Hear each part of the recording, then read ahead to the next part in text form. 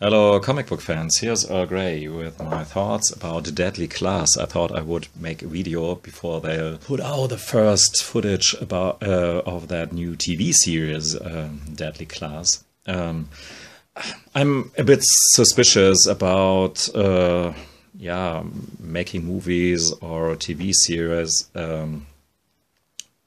based on comics. In the first place, very seldomly I watch this stuff, because I think comics are comics and movies are movies and TV series are TV series, and I'm, for the first part, a comic fan.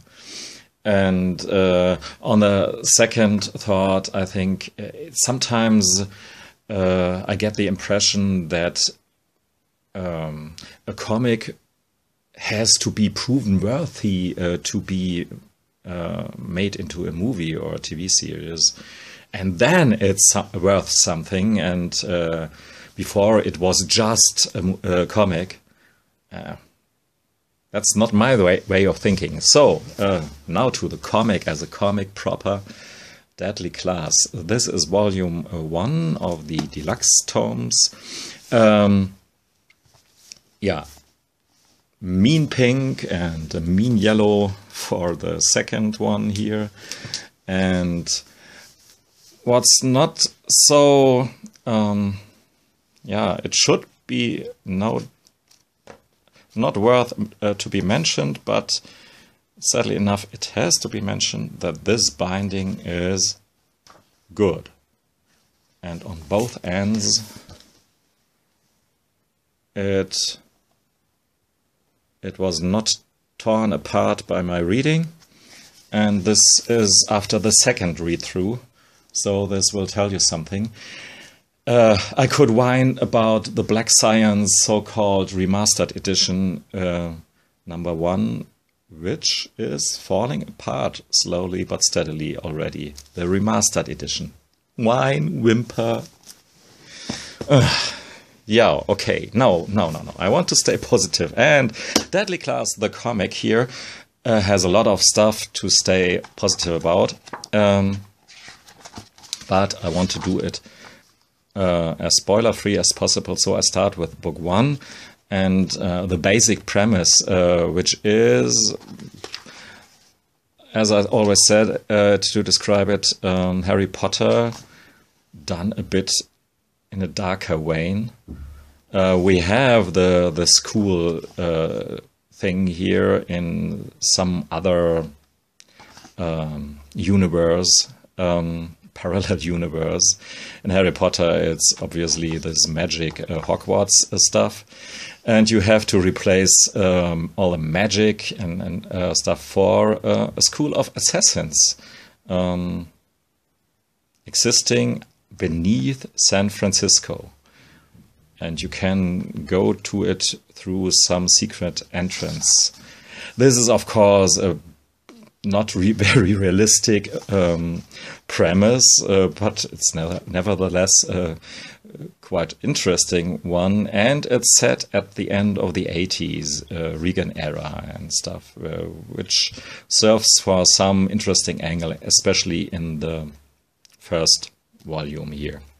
And you have to replace all the nice, for the most part, relatable characters in Harry Potter. I don't have the biggest knowledge about Harry Potter, but for me it seems that you have a lot of relatable characters, despite all the evil ones. And here it's the other way around. For the most part you have very broken characters, not really relatable characters, vicious ones.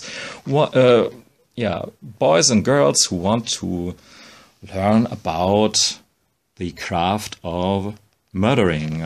They want to be assassins, and they were sent by their crime gangs, families, and stuff like that from all over the world into the school to learn about it.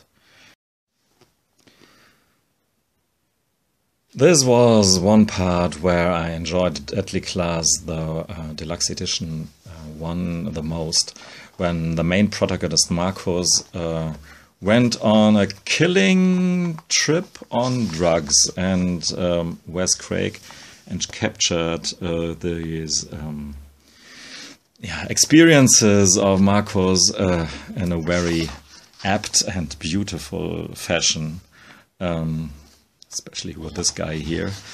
As all throughout Deadly Class, I enjoyed the book in its weirdest and more out there sequences. When there's uber-violence, this is a totally fitting trope for this book here. And just because the characters, for the most part, aren't relatable, they are vicious and you really don't root for them. And sometimes you're proven wrong and you think, oh, it would have been nice if this guy or girl would have lived longer. But that's sometimes just after the fact. And so it's, has sometimes a little a bit of surprising oomph after the deed, so to speak. But you have a lot of toilet humor in different fashion. There's a fart joke sequence in Volume 2, which is totally hilarious.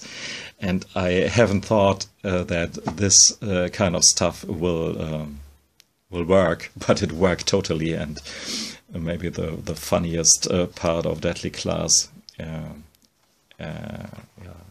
And Rick Remender wouldn't be Rick Remender if he wouldn't try to feed us some sort of emotions and background, which is good.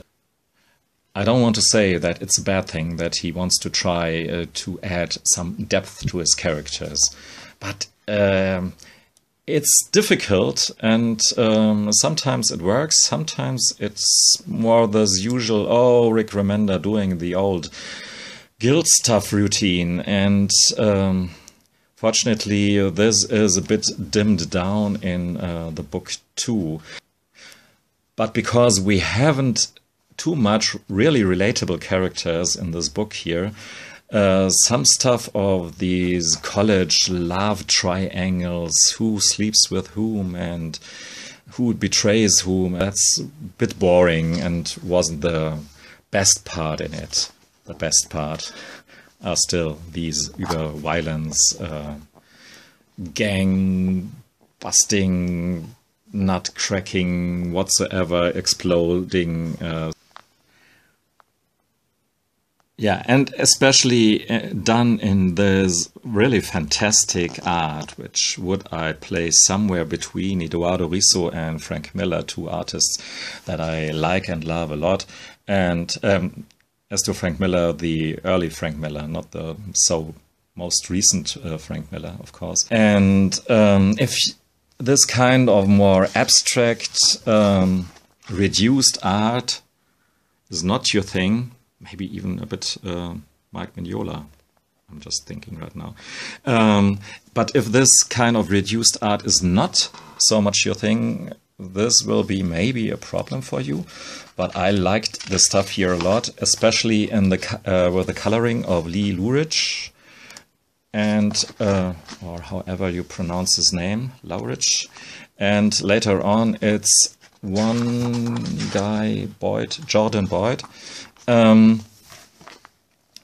who did coloring in a similar vein in the complete second tome. Maybe not as good as Lurich, the coloring that it is, but it's still flat coloring, and I'm not so impressed with the coloring in the second tome as in the first tome, but it's still high above average, because just the absence of hues and these grading stuff that tries to make something three-dimensional out of a two-dimensional drawing, which is stupid, I think, which has destroyed so many comics in the last couple of years. I heard the cracking of the book here, and I have to check it if it still holds up. Yeah, this looks good to me. Yeah, I'm totally suspicious of these things here, paper falling apart from the inner thing here. Yeah, I'm a bit psycho about that. So, anyhow, all that college stuff, who sleeps around with whom, this is toned down, fortunately, in the second tome, and especially in the first part here. It's action all over. I'm a bit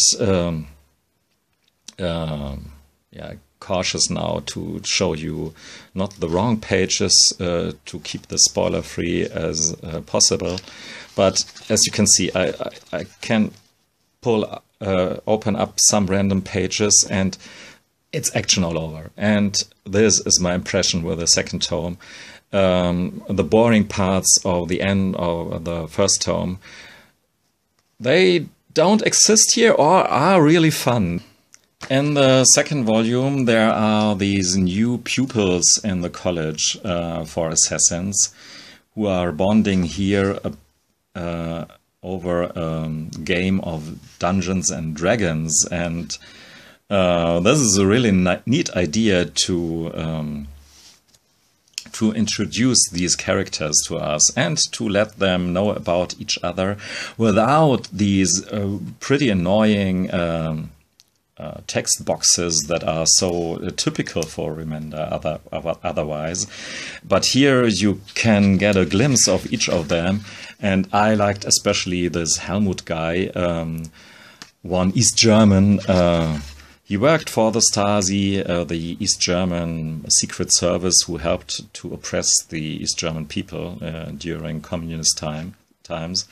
And he's so cliché in his love for metal music. And believe it or not, the East Germans are pretty famous for their... Oh, I hope nobody East German will listen to this now, but I found it interesting back in the day, that they seem to know more about West German music than we, and they were usually more emotional and rigid about it.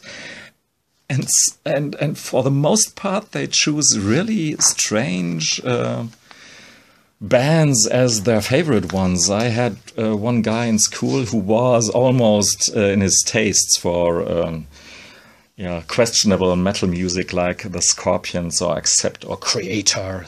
These weird German metal music groups. He wasn't not as big as he is.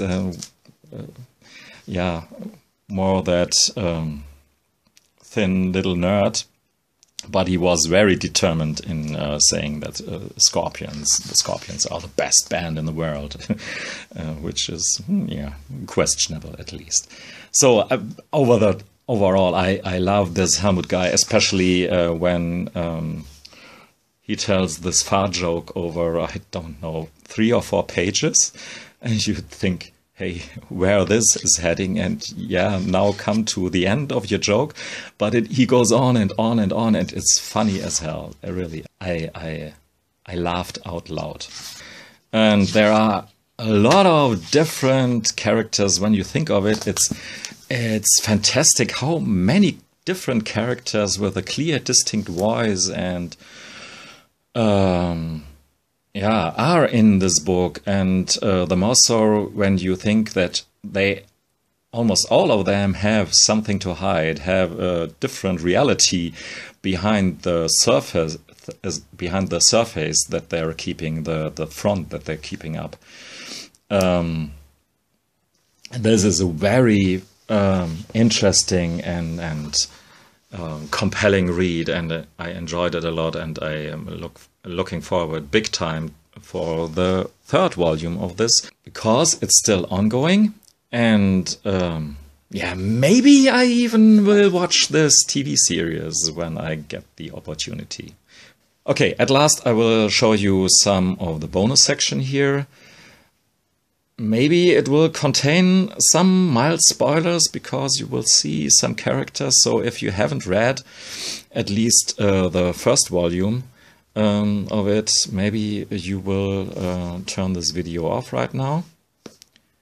If not, I guess you're interested how this bonus section looks, and you see here's Saja, however you pronounce her name. And there are some variant covers. This is a very interesting because different take on the characters here. Yeah, Helmut, my guy. Do you remember A Night on Earth, that Jim Jarmusch movie, where one of the taxi drivers got a fit of laughing because he thought, Helmut, that's a real fun name. And I think that movie was done when our Chancellor still was Helmut Kohl. Well, I got a bit off track here. There's this the script for 21 from Wes Craig, and we got a bit of the creation process here, from very abstract thumbnails over to more detailed sketches, drawings, to the finished product. But here I want to be very cautious, or spoiler alert, you will see things right now. Yeah, but I think I have warned you. So,